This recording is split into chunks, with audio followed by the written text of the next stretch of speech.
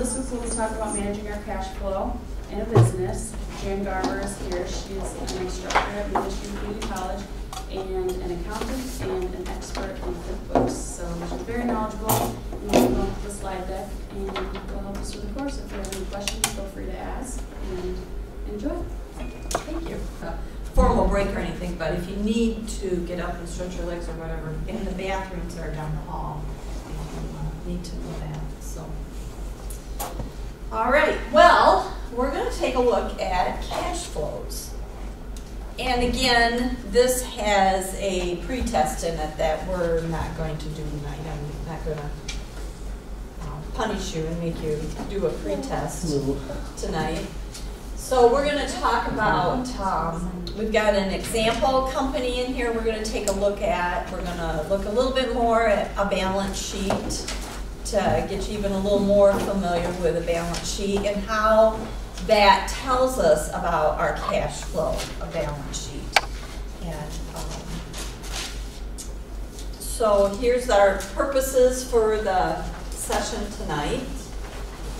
So mostly it's just to take a look at our startup costs and how a cash flow is useful to take a look at if we need to continue with the same prices we have, if we need to increase our prices, if our costs are too high, and if our costs are too high, what can we do to reduce our costs so that we have cash flow, so that eventually, as business owners, we can get paid from our business. Okay, so we have a little company in here. It's called Bob and the Wired Cup. Now, this is an example. It's not real numbers or anything like that. We're just going to take a look at an example for Bob, and it should be in your handout. So would anybody be interested in reading to us the information about Bob and his wired cup? Oh yeah, thank you. I forgot to turn those back down.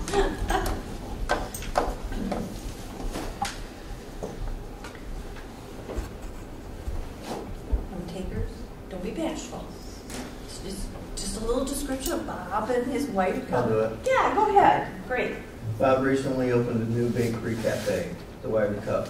The cafe has a great location in a small college town.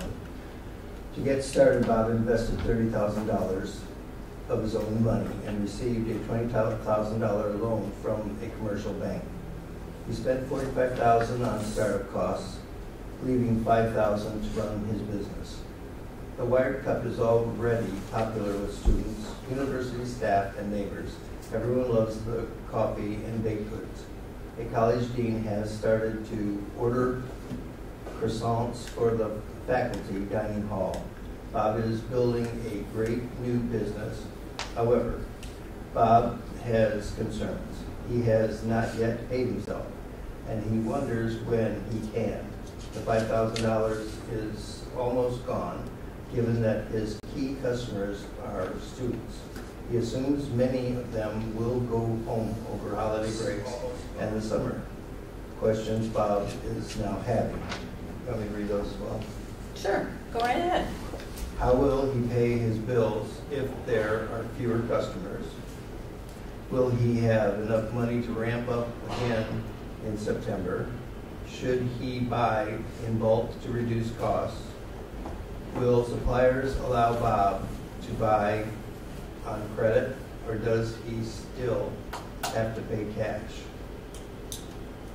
The good news is that Bob is thinking ahead. He has time to work to find some solutions. As we review the Wired Cup's cash flow issues, you will be able to apply these concepts to your own business. Okay, great. Thank you very much. No. All right, so these are good questions. And as we take a look at what's going on with Bob and his business and the seasonality of it, that can happen in any business. You'll have your highs and your lows. So before we get started, let's just introduce ourselves, because we're all business people here. and tell me if you have experience with any cash flows within your business.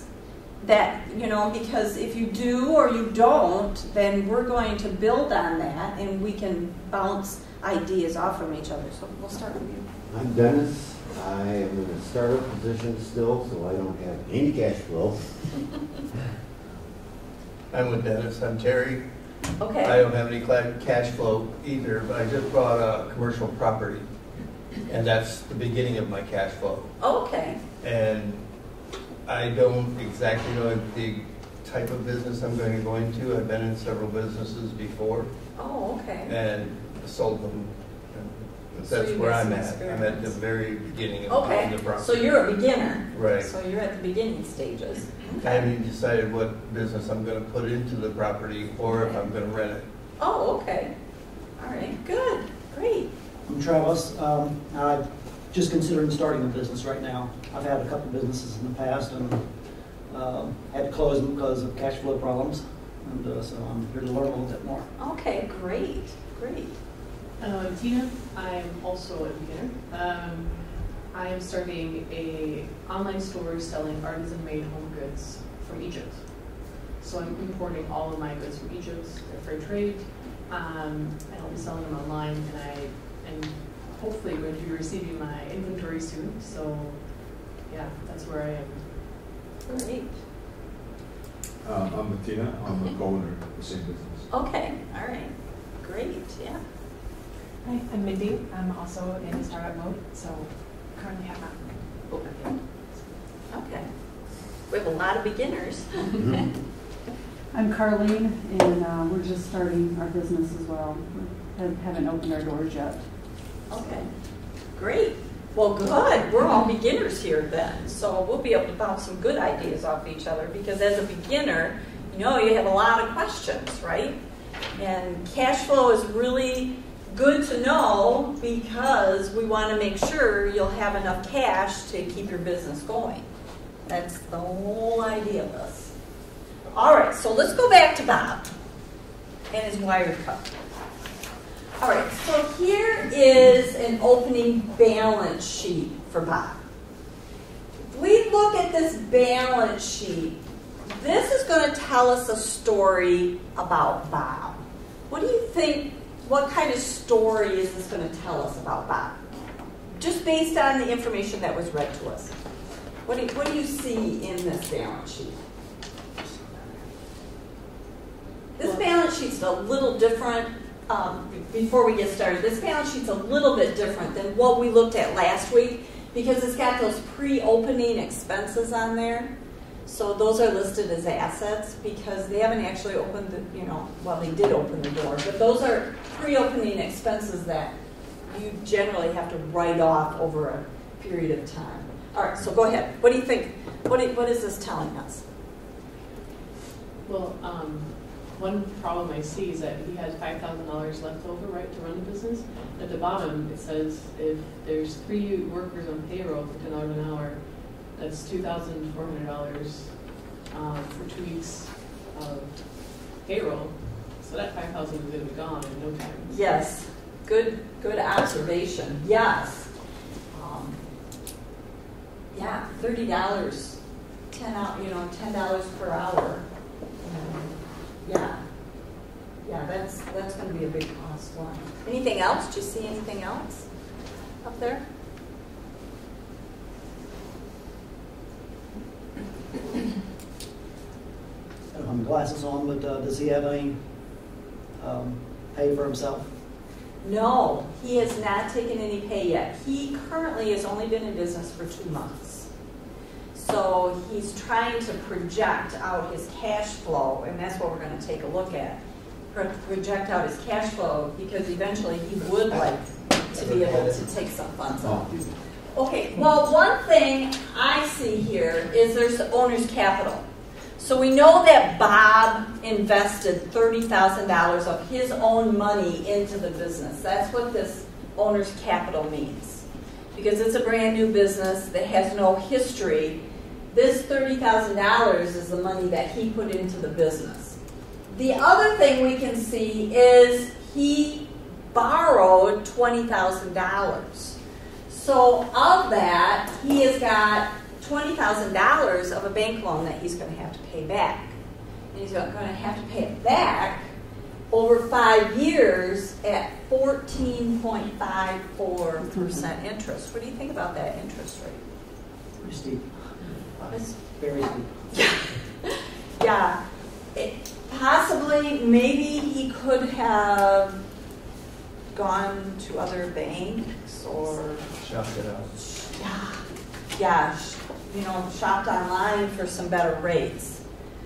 Because that is a really, really, really high rate. With his money, we can see what he's purchased because he's got all of these opening expenses that he's had to pay, plus he purchased some equipment. Well, the equipment he needs for his business, right? Mm-hmm. Well, you have to purchase some equipment. Now, we don't know if this was brand new equipment or if it was used equipment. We don't know that. So we don't know how competitive he got to purchase those assets. And, and as far as all of his pre-opening expenses, he hired an accountant, I'm sure, to help him get all set up. He had to have an attorney to draw up all of his legal papers. And there's licenses that are involved. So, some of those expenses are pre-opening. They took place before he got started.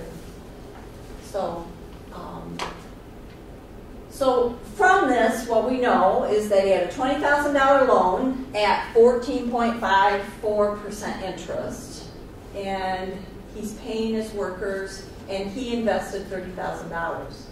So from all that, once he paid for all that, he has $5,000 left in cash to carry him forward to the next month. So do you think he'll survive on $5,000? Those of you that have had businesses before, $5,000 is not a lot to carry forward, is it? Yeah. And granted, he's just getting started, so hopefully, he'll be able to generate some income. But remember, from what we read, he's in a small college town, and his concerns are when the college students go away on holiday or at the end of the semester, what kind of impact is that going to have on his business? And in real life, we have to look at that also. We're going to have seasons. We're going to have ups and downs in the economy, and that's going to impact our business. So as we're drawing up our cash flows and looking at our business plan, you want to make sure that you build those factors into it also. All right, so there's his financial statement, or his balance sheet. But I have a question though. Yeah, go It doesn't ahead. tell us anything about the sales that you made. So this, Well, this right here is just, he hasn't sold anything yet. it's just starting. Yep, this is just starting. This is taking that $50,000, the $30,000 he put in, plus the $20,000 loan, and this is what he spent it on. So this is before he opened his doors. See, he hasn't sold anything yet. So we'll get to that in It his says actual here cash the flow. White Cup is already popular with students in universities. Yep. So I assume that. Yeah, right. But this particular balance sheet is the opening balance sheet. That's before he even opened his doors. Would it also be useful to know his monthly expenses? To be able to see how far that 5,000 is moving? Exactly. Really good. We really have like good a point. footnote that Yes. says this is like 2 40-hour weeks. This is probably this is a monthly expense for Yeah. storage, right? Yeah. Yep. Yep. So see, he's already had some payroll, and some payroll taxes that are involved in these opening balances. So that payroll in the assets section is the same. Is it the same as 2,400 down in the footnote? Right. Yes. Yes. Yes. So obviously what that's telling you is that he had to hire somebody to help him set his business up. You know, if he's a food dealer, you know, they got tables, chairs, whatever. So he needed some help with all that. So payroll taxes is above and beyond the 2,400. Yes, So he's already spent that yes, this month, yes, yes. and the utilities. Mm-hmm. Yep. So all that's coming out of his little $5,000. No, that came out of his 50,000. I'm talking about the beginning. He's still Oh, that's what he's got left over That, after the all five, of that. yes, Okay, the thank you. 5,000 is what's left over after the 50,000. He put in 50,000. He spent this. He spent this. Because see, that comes down to 50,000. Okay. So he's got the 5,000 left, plus all of his prepaid expenses, plus his fixed assets equals the 50,000. Okay. So that's just his starting cash that he started out with. Why is payroll considered an asset? Because this is not normally, it is because it's a pre-opening expense. He has not generated any revenue based on this information yet.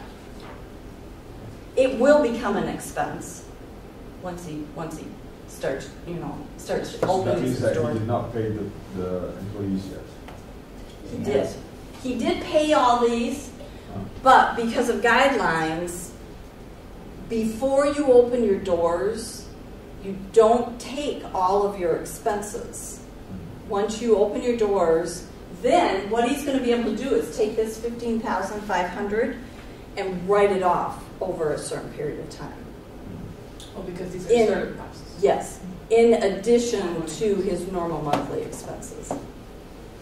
Yeah, IRS guidelines say you cannot write those off. You have to write them off over a period of time because they're startup costs. It'd be nice if you could, but.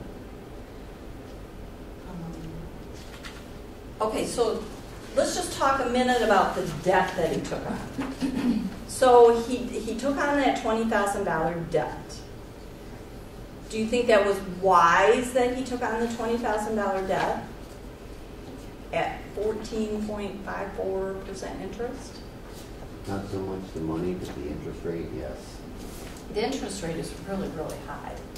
And, and based on this example, they could have put it high. But yeah, what's his other options? He could have borrowed from family, could have borrowed from friends, so he went to a bank, he went to a financial institution and borrowed the money at a higher rate. And another thing that we don't really know, what was his credit score?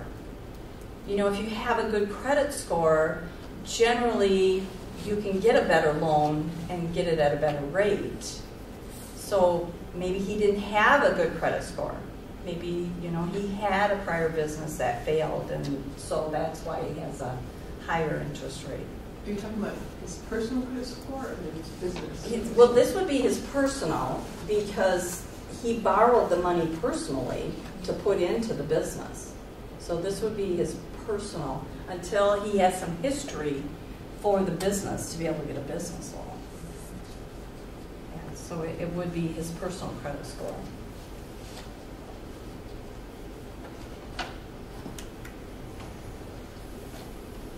Okay, so that's our opening balance sheet. Okay, so his working capital, we know, is the $5,000. So we're going to take a look at his cash flow projections to see if he can build on that $5,000 and if that $5,000 is going to carry him through the rest of the year. So there's 3 different cash flows that we're going to take a look at. We're going to look at the conversion cycle, the cash flow diagram, and the cash flow statement.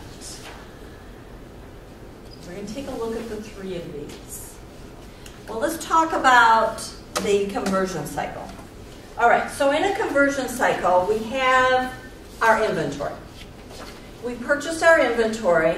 We use our cash to purchase our inventory. We take that inventory and we make our product. because our inventory is the raw product. And then we use that inventory to build whatever product that we're going to sell to our customer. Then, when our customer purchases that inventory, that becomes revenue to us, which increases our cash, which helps us pay for more product, helps us pay for our employees. So the conversion cycle is just taking your raw material, developing it into the product that you're going to sell, and selling it to the customer to generate your cash flow.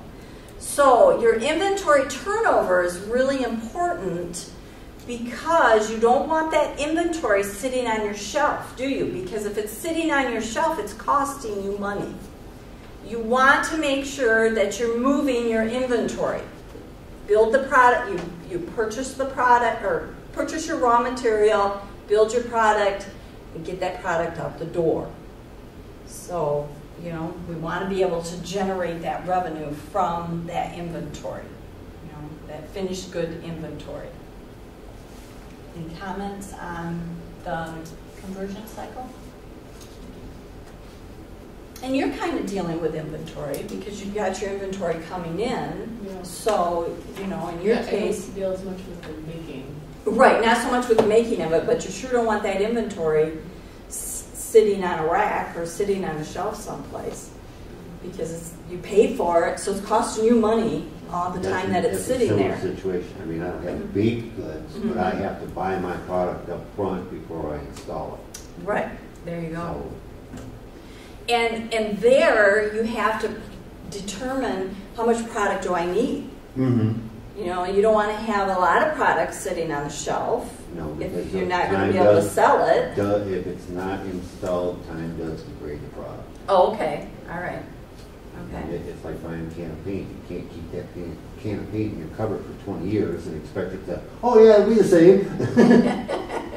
Yeah, good point. Yes. Yeah, it doesn't work that way, does it? No. Yeah, so it's all about timing with your inventory. You know, and you're seasonal. You know, and you're real seasonal. Actually, probably. Do you? In some areas, yes, and in some areas, no. I mean, it'll be a full year-round business, but I have outdoor products and I have indoor products. Oh, okay. So okay, good. I'll be able to run all year round. It's right. just keep an eye on the summer stuff when summer's coming, and keep an eye on the interior stuff when winter's coming. Yep. And sometimes, you know, it's a good idea to talk to other retailers or industry that's in your industry. You know, we don't always like to talk to our competitors, but our competitors sometimes will have really valuable information for you.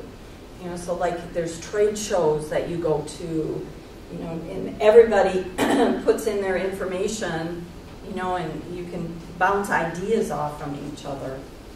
So, you know, our competitors help us also.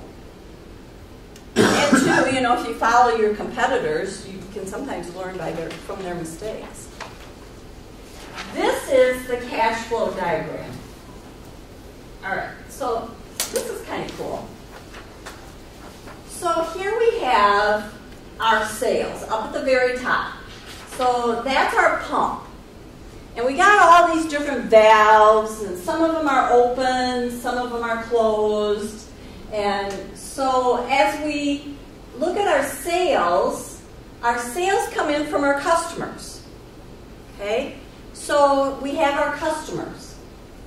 And then we also have our debt and our equity. So if we think about Bob, now he's opened his doors. So he has his debt, that $20,000 debt, doesn't he? He has his $30,000 equity in his business. Now he's opened his doors and he's ready to start selling his product. So now he's got his sales from his customers. So his goal is, he's starting out with that $5,000 working capital. So his goal is to generate enough income because he'd really like to eventually be able to pay himself. Get something back out of his business. So with our sales, let's just look at our sales. So now we have to make a decision. We have our sales on account and we have our cash sales. Okay, so our sales on our account are the customers that come to us, purchase our product, and they pay within 30 days. Our cash customers are our customers that come to us, they buy the product, they pay for the product immediately. Those are our cash customers. So in our sales, we have our credit customers, which go into accounts receivable. Those are the customers that we want to watch because we want to break them down to current 30, 60, 90-day customers. Because we really want to make sure we try to collect those accounts receivable within 30 to 60 days. Because if it starts getting out 90 to 120 days, those accounts receivables are going to become more difficult to collect. So we really want to keep an eye on our accounts receivable. And see the little spout that says bad debt? Got a little drip in it? Well, when those get out 90 to 120 days, we may have lost that customer. We may never get payment from that customer. So that becomes a bad debt to us. We had the sale, but we never, ever will receive the cash for that sale. So that becomes a bad debt to us. Yeah, we get to write it off because we had to take the sale, so now we get to write off the bad debt. But that didn't help our cash flow at all, did it? We generated absolutely no cash from that sale because we lost that money. So when we collect on our accounts receivable, that's a really good thing. That's what we want to do. We want to be able to collect the cash on our accounts receivable. We can give them 30 days to pay. We can give our customer a discount, 1% discount if they pay within 15 days. Sometimes that little 1% loss that we'll take on that cash to get that money to turn over quicker usually is good for us because then we've received that money from that receivable for us to be able to turn into more product for us to sell. Because if our customers aren't paying us, we are not able to pay our vendors. And so we want to make sure that we pay our vendors because they're not going to deliver product to us if we're not going to pay them. So our accounts receivable comes into our cash. Those that we collect comes into our cash. Our cash sales come into our cash. So then in our cash, that gets spread out of the different things that we have to pay. Our accounts payable. Accounts payable is what we owe our vendors. Okay, so we bought our product and we bought our product on time. So now we have to pay our vendors. So we're waiting for the money to come in from our customers so that we can pay our vendors. We also would like to buy more inventory, if possible. So from our sales, we want to be able to purchase more inventory. And sometimes we'll have some obsolescence in there. Just can't sell it, so we have to either just give it away or sell it at such a discounted price. So we have to write that off.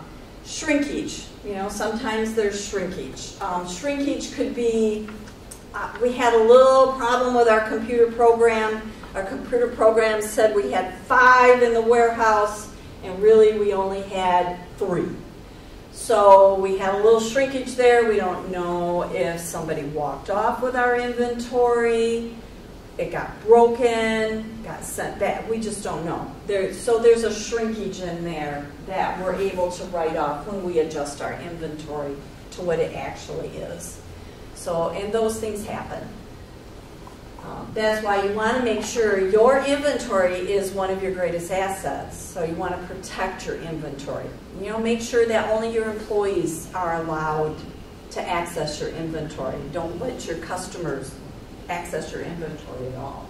You know, and make sure you watch your employees that they're not carrying your inventory off, because that, there again, that's costing you money. So we also use it to pay for our labor, our materials, and our costs involved in our inventory. When we're starting with raw stock, we have to have our employees build that product, don't we? So we've got some labor involved, we've got the material involved, and we probably got some electricity or whatever other costs that we have involved in manufacturing this product. Okay, any questions so far? Yeah, go ahead. The obsolescence and the shrinkage, Mhm. those are things that you can write off in your taxes. Yes, yes. Yes, because when you do your final inventory at the end of the year, you're going to do, you know, an actual inventory count, and that's when you'll have shrinkage or obsolescence. You know, you just got rid of some of them. In the food industry, you know, it could be spoiled food that you had to dispose of. You know, so that goes into the adjustment of your inventory. Yeah. Any other questions? Any other comments? Anybody dealt in inventory? Build it? In a sense, yeah. Okay. I mean, I used to install flooring, Okay. and I had to make sure my truck had all the, I mean, I worked for a store, so I didn't have to buy carpet or vinyl or whatever. But I'd go there and pick it up, but I had to make sure I had tag strip and glue and Mm-hmm. a long list of things, and if I didn't have it on a job, I had to run to the supply store in the middle of the job, which never a good thing. Yeah, I'm sure. I'm sure. Yeah, you would want to make sure that your truck is stacked. Mhm. Yeah. Yes. Yes. Yeah, what if my inventory is electronics, for example, doesn't go bad, doesn't, would that apply also to obsolescence and shrinkage? Would that apply in my inventory? It sure would. Because wouldn't you have toys or electronics that become obsolete? That people just flat out don't want to buy anymore? Because something better and brighter has come out on the market? I mean, think about a telephone. They're doing new telephones all the time. And so, you know, if you've got an old flip phone, you know, that could be obsolete. Of course, they still make flip phones. But. Yeah, so in that case, I need to prove that it's obsolete, right? Yep. Mm-hmm. Yep.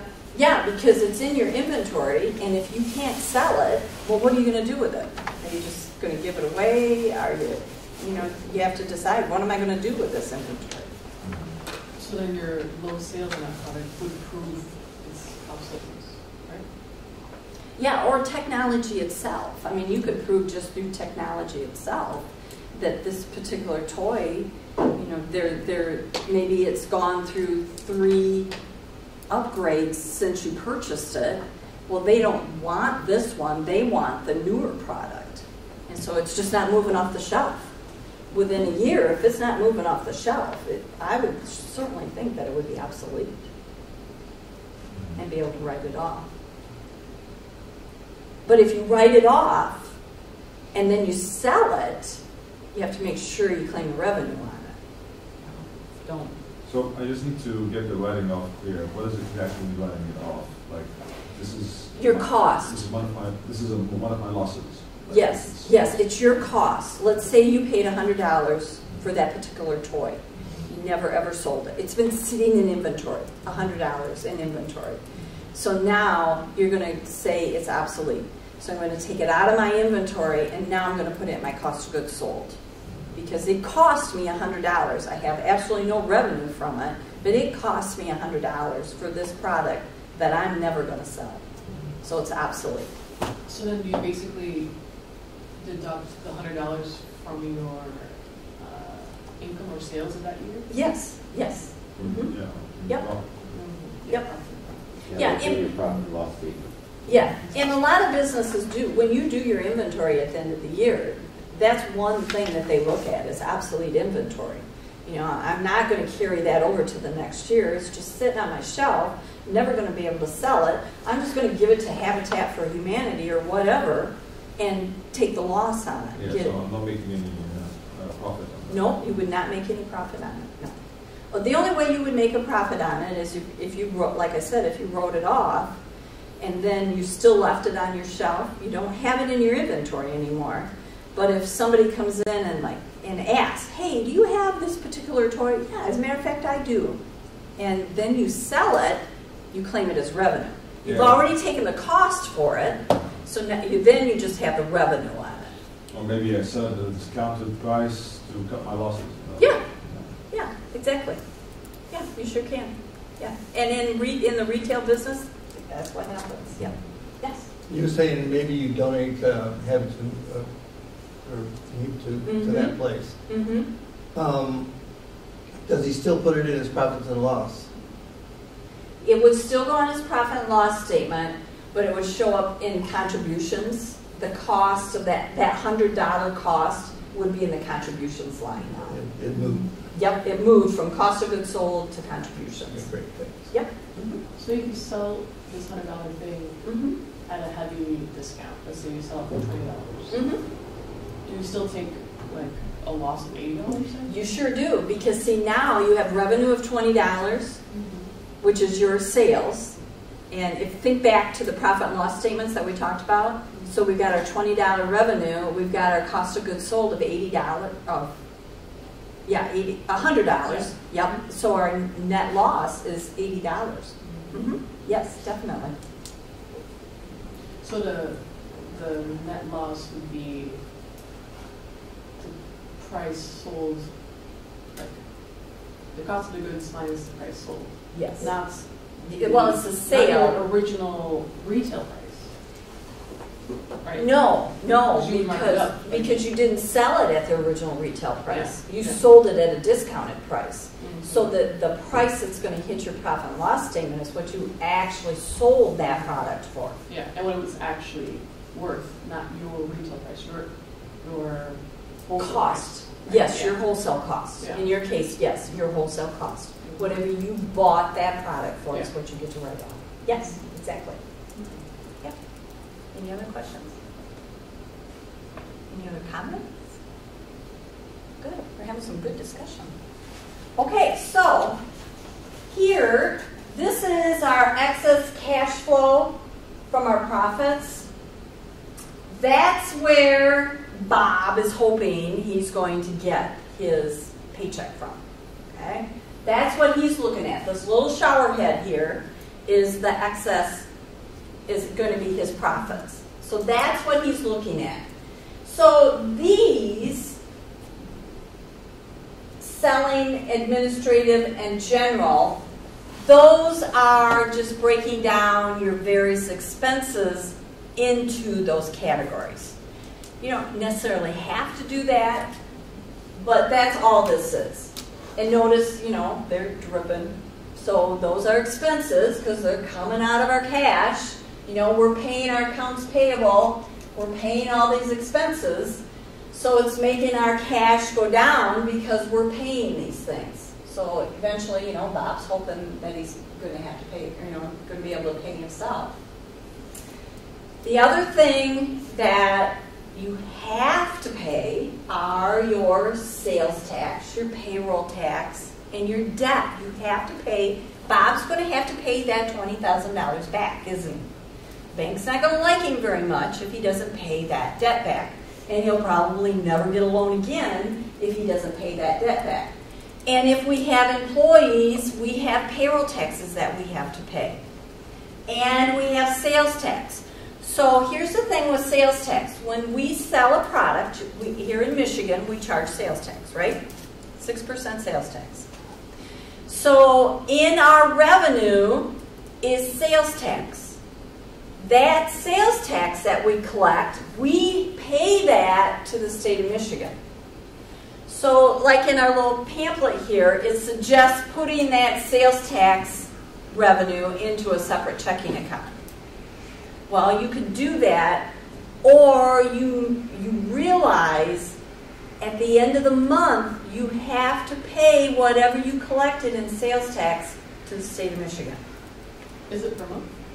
It can be, usually it's per month. If you have over $400 a year, you could be quarterly, you could be annual, you could be monthly.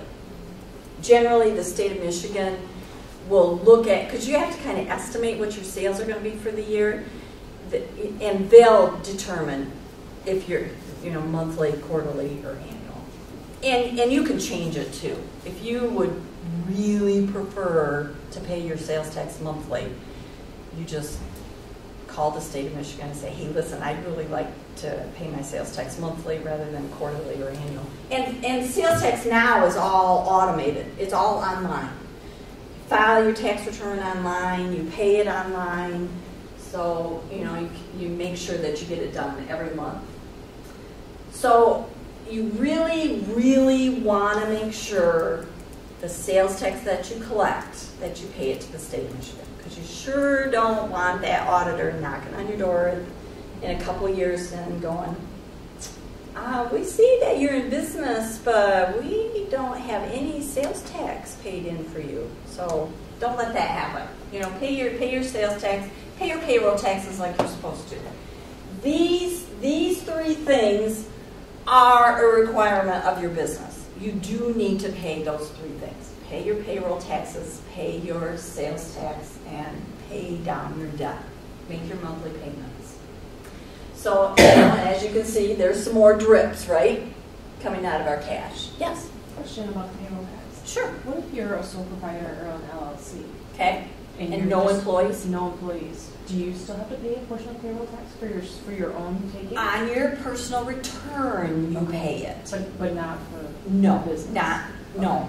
Because you take a draw. Okay. As a sole proprietor, you take a draw. Mm-hmm. On your personal tax return, you pay on the net profit of the business. Mm-hmm. That's where you pay your federal, your state, your Social Security, your Medicare. Right. Okay. Is at that And time. don't forget to pay Social Security twice, being an LLC or a sole proprietor. Yep. You pay your regular, and then you've got to match whatever, any employee you have, if they pay $50 in Social Security tax, you have to match that. Social Security, Medicare, you have to match. Right. Yep. 15.3%, because it's 7.65 for a deduction from your employees, and it's 7.65 that you pay as an employer. So as a sole proprietor, you pay the whole 15.3% on your net income of the business. Yeah. They get you Yes. coming and going. Well, and that's one thing that a lot of business owners don't realize, that you have to pay both sides of it, because you have to pay into your own Social Security and Medicare as a business owner, as a sole proprietor. But it's paid on the net of the business, not on your gross. It's paid on your net. And that's where you want to make sure you have a good accountant or a CPA at the end of the year to help you with your tax situation, making sure that, maybe you need new equipment and you've got the cash flow for it. Go out and buy the equipment to be able to take that depreciation that we talked about last week, the quick write-off on it, to lower your taxable income. Yeah. Yeah. Yes. About the accounts payable, you said that's what we owe the vendors. Mhm.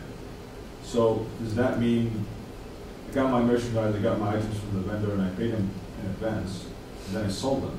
So are these, is that the cost that I'm going to pay for the next inventory, or is that something that I owe the vendor from the inventory that I already bought?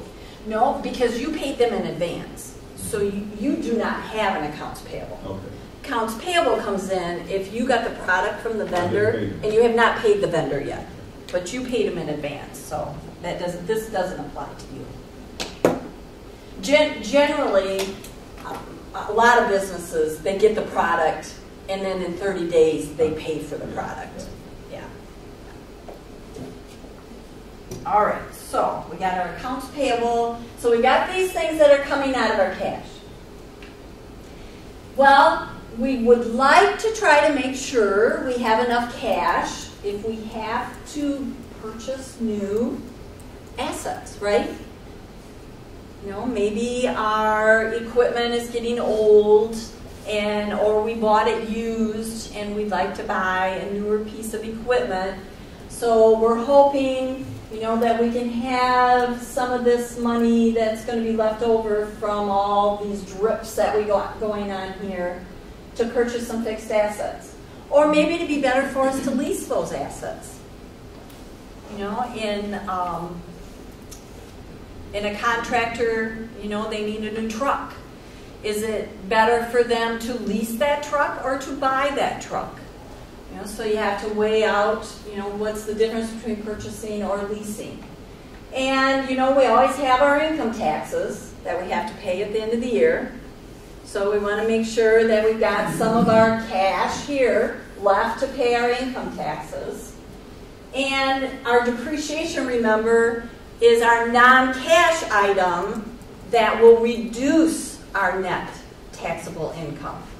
So that this is where it's really important that you talk to your tax preparer before year end. Don't go in there at December 31st and say, boy, I got all this cash. What do I do with it? Well, talk to him before December 31st to, you know, see if there's anything you can do for depreciation or if there's any other purchases that you can make. So that's income tax from your business? Yep, income tax from your business. Whether you're a sole proprietor, a corporation, subchapter S, a partnership, it's the income tax on the net profits of your business. And how much is that? Well, it could be anything. I mean, as a sole proprietor, we just talked about that, what it could be. As a corporation, well, you know, they're working on trying to lower the corporate tax because the highest tax rate right now is 35%. The lower end is at 15%. So, you know, anywhere between 15 to 35% you're going to pay through the corporation. Subchapter S flows through to your personal return. So you have to pay federal and state. You do not pay the Social Security and Medicare. You just pay the federal and state. Partnerships, you pay Social Security, Medicare, you pay federal, and you pay state. So it just depends on what type of entity you are, how it flows into your personal return. Corporations stand alone. A C Corp, if you hear the term C Corp, those stand alone. They pay all their own taxes. And a C Corp, generally you take a wage, a W-2 out of there. So, yeah. So it just depends on what type of entity you are. And that's where your tax preparer or your CPA can help you with that decision too. You know, what's best fit for me? You know, what's going to save me the most in taxes? Do I want to be a subchapter S? Do I want to be a regular corporation? What type of entity do I want to be? Your accountant will help you with that, at least mine did. Yeah. I went to him and said, look, this is what I'm doing. This is, you know, what am I best off at? LLC, DBA, incorporate, and he guided me towards the S Corp. Mm-hmm. For me, that works. He said that will work the best. Mm-hmm. So.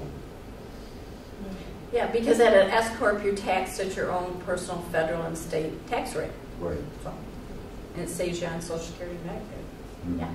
Yes. You had a question? On that draw, Mm-hmm. the shower head, Yep. do you do that like a regular deduction at the end of the year when you file your taxes? Well, the draw off for like a sole proprietor. Yeah. Whatever you're going to pay on the net profits of the business. The draw doesn't have anything to do with that. Your draw that you take out of the company is your cash. If you have enough cash to be able to take money out of the business, that's great. It has absolutely nothing. It is not a deduction to your net profit. Your net profit is just your sales minus all your costs, not your draw. Draw is what the owner needs to take out of the business, out of the cash. It's not. So it's just a minus from your cash flow. Mm-hmm. Mm-hmm. Yep. That's why he's hoping in his available cash here, he'll have enough to be able to take some money out for himself. Yeah. And that's his goal. Now, as a sole proprietor, now if you're a subchapter S, you take a W-2 wage. So that is one of your expenses that you're going to incur here. So you get a W-2, just like your regular job. You get a W-2. Mm-hmm. And you file taxes based on the W-2 and the net profits of the business.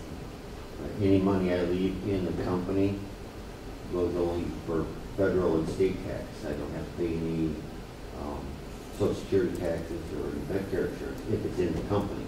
Any money I take, I have to pay the taxes on that. Mm-hmm. As a W-2. Yeah. Yep. Mm-hmm. Yep. Okay. Yep. And then the company bears the burden of the payroll taxes, like to match the Social Security and Medicare that's withheld from your W-2 wages, and the unemployment taxes and the workers' comp. The company bears the cost of all that. Good questions. So when we look at this example, these valves that we're looking at here, all these little valves, those are the decisions that you have to make as a business owner. So, you want to make sure with your credit customers that you're collecting them like they're supposed to be collected, because you sure don't want a lot of bad debt write-off, because that's a reduction to your cash. Because notice, it dripped there, didn't it? It didn't make it down here into our available cash. We lost that. That drip is gone. It's dried up now. We're never going to be able to collect that again. So every one of these valves is your decisions that you're going to make within your business. What is the deferred tax? Deferred taxes are taxes that you're going to pay in the future. Oh, that you just set aside. Yeah. And the federal government like to get your estimate of how much you're gonna make, you take that money now, and then later on, if you owe more, well, we'll take that. They don't wanna pay you back, but they're happy that they love it up front. And that's what they want. Well, estimated taxes, sure. Yeah. Your estimated taxes that you pay quarterly. Yeah. Oh yeah. They actually prefer that you do it that way. Mm-hmm. Yeah, so you don't get a penalty at the end of the year. Oh yeah, that's a really good thing to do. But yeah, okay, good. So any more comments or questions on our cash flow? So our biggest concerns here are the drips, right? We want to make sure we control the drips. Just like if you have a leaky faucet at home, you want to take care of the drip, right? Because otherwise it's going to drive us crazy. So, all these things tie into our cash. I'm sorry, what? A nickel washer can cost you thousands of dollars. Exactly. If you have to pay for your water, yes, it certainly could. Yes, it certainly could. Okay, so there is our cash flow diagram. So, now we're going to take a look at his cash flow statement. You should have that in your handout also, his cash flow statement. So now we're really going to take a look at what Bob is projecting for his cash flow. All right, so I guess I don't have the cash flow in here, but I did. All right, so in your handout, we've got the cash flow statement. All right, notice the very first column are his startup costs. Now, just know that typically in a cash flow statement, we don't take into consideration those startup costs, but for this example that we're doing here, we're going to throw it in just so we can see where his money coming in came from and the expenses that he paid out of that. So if you look at the very bottom, here's our cash balance of $5,000. We saw that from that balance sheet, the very first balance sheet that we looked at. Okay, so that $5,000 comes up to our cash, comes up into our cash. So now we're looking at August and September because those are his 2 months that he's actually been in business. So in August and September, so in August he had $25,000 worth of sales. He had $1,563 in sales tax that he collected. So then he has all of his expenses down here that he has to pay. Notice he's got payroll taxes he has to pay. That $1,563 that he collected from his customers, he's got to pay that to his state so that, he's got to pay his sales tax in. So his actual total expenses for the month of August was $29,253. So that left him starting with the 5,000. Now we're looking at just his cash. We're looking at the cash coming in from sales, from debt, from any type of borrowings, to what he spent with his cash. So he ended up with $2,309 at the end of August. Okay, you follow that down through there? So all we're going to do then, when we look to the next month, we're going to take that $2,309 and carry it up to September. So now we started out with $5,000 worth of cash. Now we're down to $2,309 worth of cash. So he had $27,000. Actually, he had $28,688 in total sales, including sales tax. Then he has all of his expenses. What happened to his cash? It's going down, isn't it? Yeah, his cash is going down. So now he's projecting what he's going to do for October through July of next year. All right, so looking at this, what do you think Bob could do differently?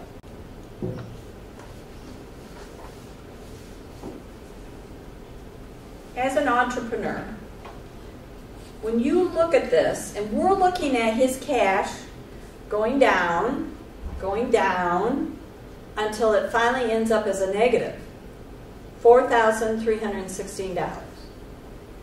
Well, that means he has absolutely no cash at the end of July. If you look at his expenses, what do you think he could do differently here? There's payroll. Payroll, very good, yes. What can he do with his payroll? Cut back on the number of employees when you don't have as much business. Yeah, because when you look at this, his payroll never changed, did it? It stayed the same through that whole time frame. Well, if his sales are going down, why would he have the same number of employees? Well, he could have the same number of employees, but possibly just cut their hours back during those slower periods of time. That would save him some money, which would ultimately save him on payroll taxes. Because if you're not paying so much out in wages, your payroll taxes are going to go down. So that could be a So we're looking savings. at things that will have an effect on the bottom line. Yeah, that's going to give you more cash. So yeah, so with raising the price is not an option here. No, it certainly is an option. Okay. Yeah, it certainly is an option. Yeah, and that may be something that he has to do. Yeah. Yeah, Raising good the point. price Yes, is- it definitely is an option. Yeah. No, I was just trying to steer you to the deductions because there was a really obvious thing that did not change, which was the payroll. Yeah. So yes, no, definitely he could change his income. He could raise his prices a little bit. Maybe not dramatically, but maybe slowly increase his And prices. for example, changing the place also, like to get a less leads is not also an option because he already made his customers and people know where he is. So I don't think changing the location is an option to get a less leads. Right, Lower right. leads. Probably not at this point, maybe after he's been in business for a while, and then when his business really takes off and he's got thousands of people coming into his business and he's too small, then he may want to look at changing. But yes, that's a good point. Very good point. His advertising goes down as well, too. Yeah. It looks like he's cutting that dramatically. Mm-hmm. Yeah, he did, didn't he? If you're a small coffee shop in a college area, I mean, at first, yeah, you want to let everybody know you're there, but as time goes on, you can cut. I mean, for the coffee shop, you can't cut back. Right, and remember too, Because you know, when we get so first. much word of mouth advertisement. Right, and when we first read about Bob, remember he's already popular with the students and the university staff and neighbors. Everyone loves the coffee and baked goods. A college dean has started to order croissants for the faculty dining hall. So he's starting to branch into other areas. But he's depending totally on the college. Totally. He's not branching out any further. Excellent point. Yes. Yes. Yeah. He needs to go outside of the college, doesn't he? He needs to get other consumers to come in. Because if the college and everybody likes this product, why wouldn't everybody else? Right. Exactly. Well, if you're getting that much college traffic, eventually the word on that good coffee shop is going to trickle out into the neighborhood for this scenario. He hopes so, anyways. It should. Yeah. I mean, Yeah. I know I found out about a few things from some of the college kids when I worked at some of the apartments. Mm-hmm. You know, in places that I didn't even know existed. Oh, okay. Really? Good. Let's check that out. I mean, Sure. Sure. Yeah. Yeah. Word of mouth is huge. You know, and maybe he could hit the ground running and pass out some flyers yeah. himself. It's not going to cost to pay someone to do that. Put flyers at local businesses. You know, offer a little discount to local businesses or whatever Parking to lots in the generate. area. I'm sorry. Parking lots in the area. Yeah. Yeah. Yeah. Definitely. Yes. I guess also one of the biggest numbers here that might make an impact is the ingredients. And there's some kind of variation in those, in the price of the ingredients, you know, every month. Mm-hmm. But I think also if we can work on that, maybe change the suppliers, Very good. get cheaper ingredients. Yes, very good. Very Yeah, good I'll have point, it. yes. Yep, good, yes. Yes, that is another thing he could do. He could negotiate the price, he could find another supplier. Yeah, start checking around. Yes, very good point. Anything else you see in there? Utilities won't necessarily stay level year-round either. No. No, they're going to fluctuate with the season, aren't they? Because in the summer, you're going to be running air conditioning probably, you know, in the winter, you're going to be running heat or, you know, so, yeah, definitely your utilities are going to change. Yeah, he pretty much just ran with what he had for those first 2 months, didn't he? So what do you take from this? Well, as a business owner, what is it that you need to do? Don't you need to look at all of those factors that you've just brought up? Look at your suppliers. Look at your utilities. How are your utilities going to change over the year? You know, look at your employees. You know, can I cut my employees back? Maybe I got to spend a little more time in the shop. You know, I got to put a little more sweat equity into my business. You know, and that's a good thing usually, because if you're a visible face in your business, doesn't that mean a lot more to a customer if they see you within the business? Oh yeah, by far. Mm-hmm. Yeah. I mean, whether I talk to the owner or not, I like to know that he's at least in the building. Mm-hmm. I mean, Yeah, there's there you go. nothing worse for a business than if somebody's got a complaint and the owner, well, I gotta get a hold of the owner, he's gone home for the day. Yeah. I mean, I know I would find that frustrating. Especially if he left at noon. Yeah. Yeah, 1 o'clock in the afternoon and they can't find the owner. Yep. Yeah, you want to know that he's sweating a little bit for it, right? Mhm. Yeah. Yeah, very good. Very good. Boy, you pulled out some of the same points that I was looking at too when I was looking at this. And banks like cash flow statements. I don't know if you've dealt with the banks. They like cash flow statements. They would like to have you give them a cash flow statement if you're looking at borrowing money. You know, it's part of your financial statement. They want to look at a cash flow statement and do some projections out. And if you've been in business for a while, sometimes they'll want projections for 3 years. They want to see your trends. You know, what have your revenue and your expense trends been for the last 3 years? They like to look at that. They like to see all that. very, very good. Another issue I see is insurance. He doesn't have any $2,000 he paid up front. He's going to pay another $2,000 or more at the end of that year too. He is. And he doesn't have the cash flow for that. Yeah, he is. Yeah, you're right, because he's got a negative cash right now. I don't know how you end up with a negative cash, but he has no cash to be able to He should do plan that. that out. That should be planned, that should be a planned expense for the end of the year. And each month, he should be able to take some of that out. Very good. You remembered something from last week, those prepaid expenses. Very Right. good. Yes. Yes. Take that $2,000 and write it off every month. Yes. Yeah, very good. Yeah, and notice he doesn't have any legal fees because those were his upfront costs. Those were all of his startup costs. You know, same thing with his licenses and permits. You know, I'm sure he had to obtain quite a few of those in order to open his doors. You know, and his Some of legal them do, fees. though. I'm sorry, what? Some of them have to be renewed every year, though. Yep, some of them do have to be renewed every year. Yep. Yep. Yeah, you got your food licenses, you got the health department. Yeah, your permits, all of it. Yeah, yeah. Yeah, so, Yeah, also, I don't see in the operating expenses, I don't see in accounting for the products that went bad, for example, like part of the ingredients that went bad, some fresh products that you have to throw away.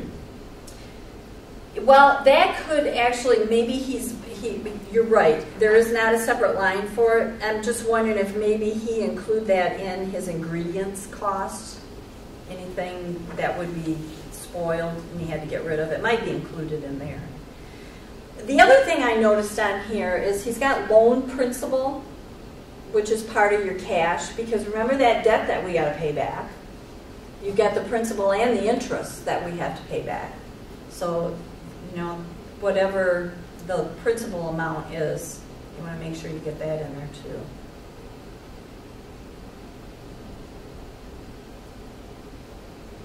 Yeah, this is pretty interesting. Gives you a really good insight into your business.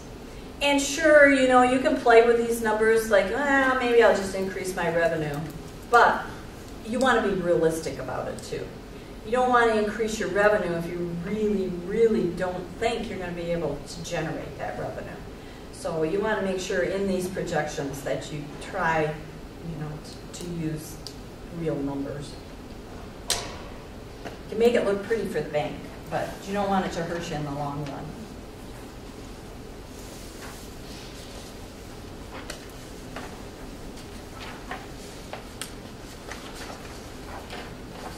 And you know, something else he might want to look at is what are all of his fixed costs as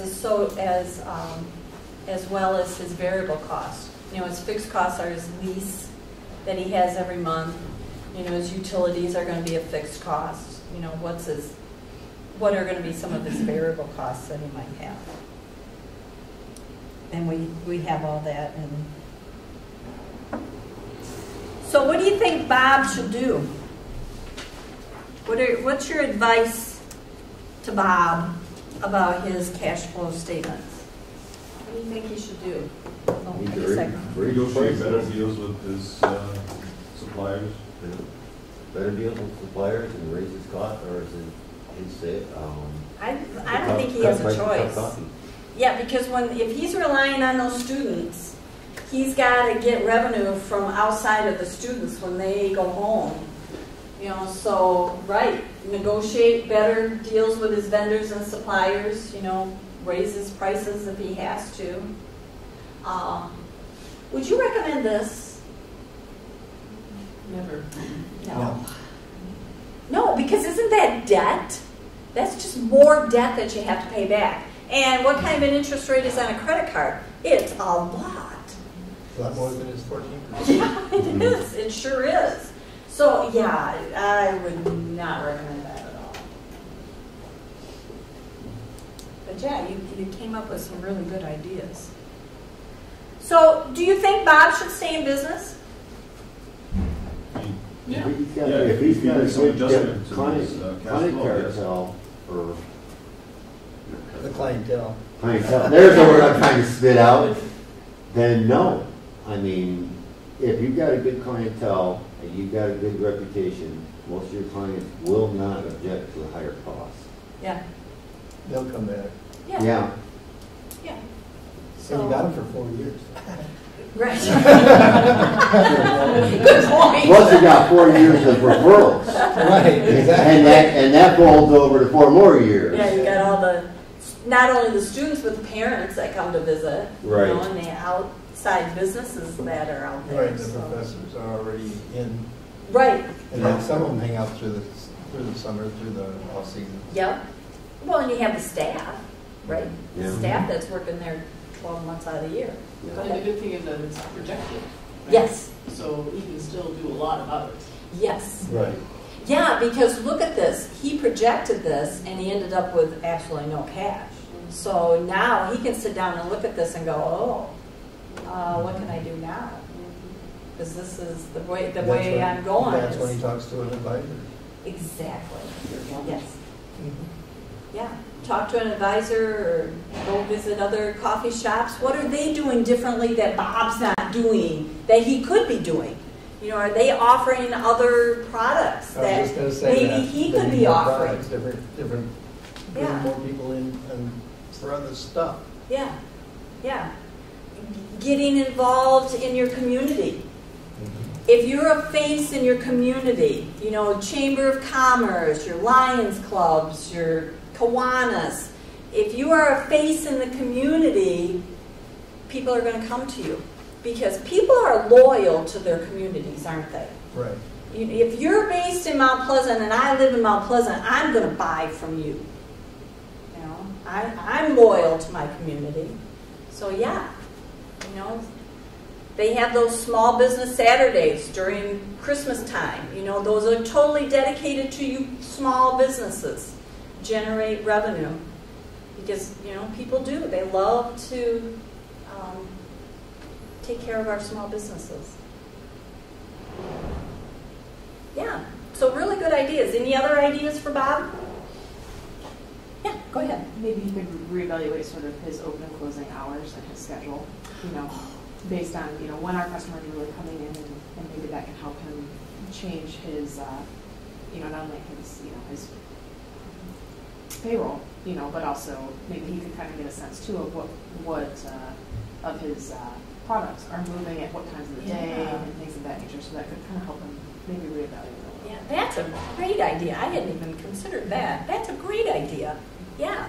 Yeah, look at his sales during the various hours. Yeah, that's a great idea. Come up with offers, you know, ideas for offers, like for every 5 cups of coffee, you get 1 free, for example. There you go. Yeah. Mm-hmm. Yeah. That'll draw people in, won't it? Anytime you get something for free, that's going to draw people in. Yeah, great idea. Yeah, find out, you need to poll his customers too.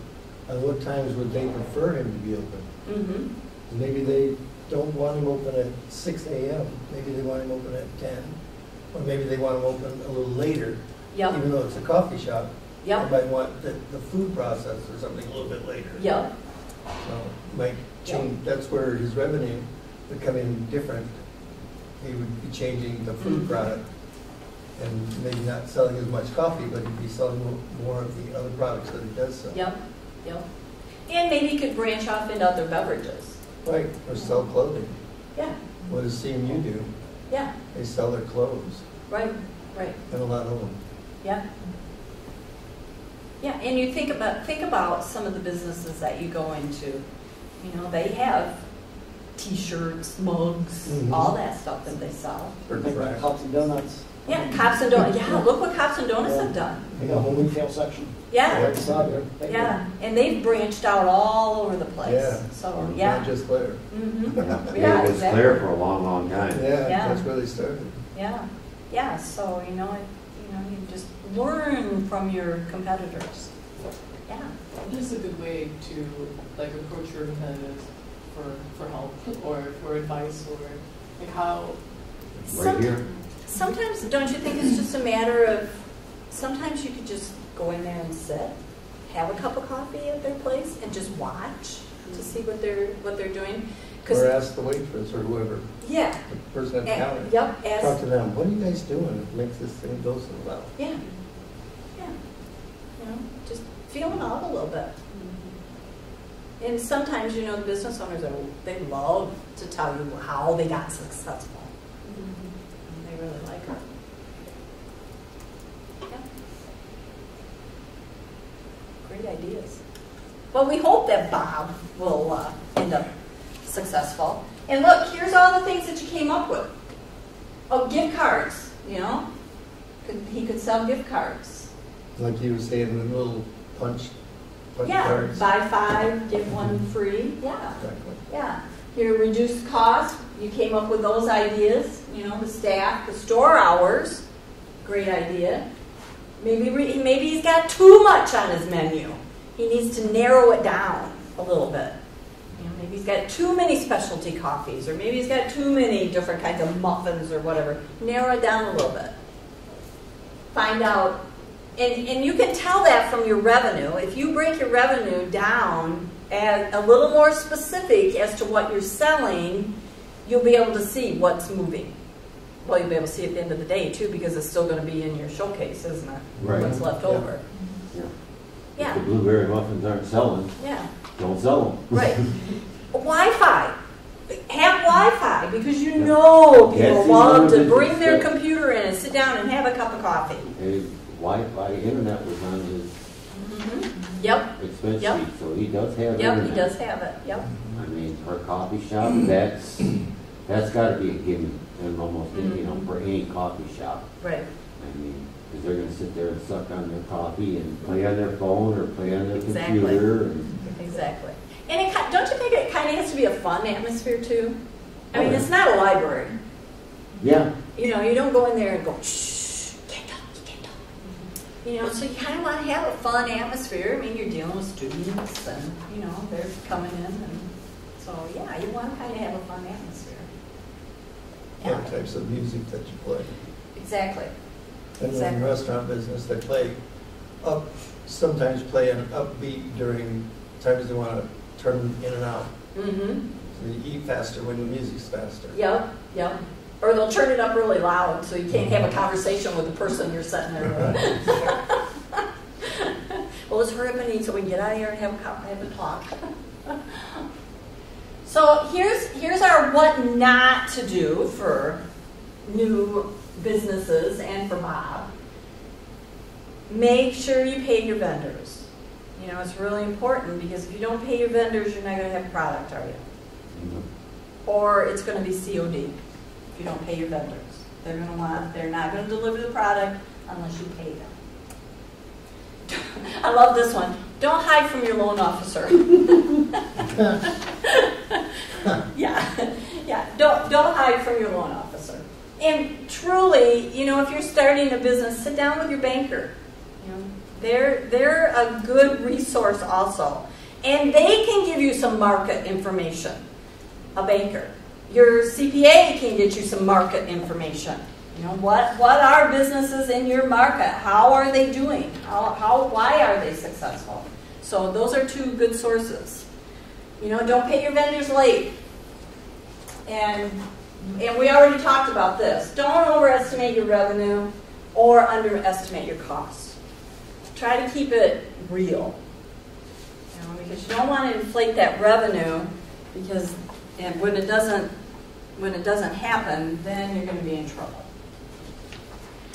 So what you want to do as a new business owner, you know, now that you've got all the tools, you know how to read a financial statement, now you know how to put together a cash flow statement, talk to some experts. Talk to your banker. Talk to your attorney. Talk to your CPA. You know, get some good practical tax information and some good information to be able to get your business going and get it on the road. Okay? You're not in this alone.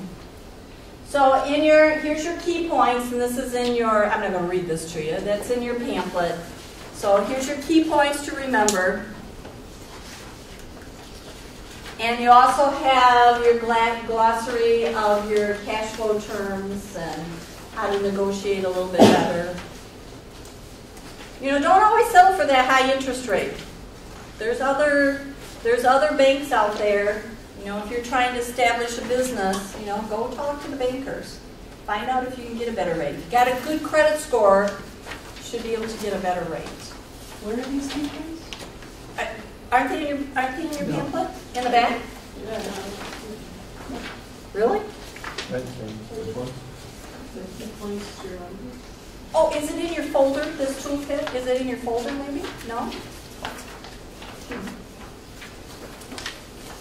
Nope. I see the glossary. Except for this. Cash flow statement. I don't have the same, It's in the back. is it in the very back? Yeah. Okay. You're looking for all those in specific? Right, the glossary, the cash flow statement template. Yep.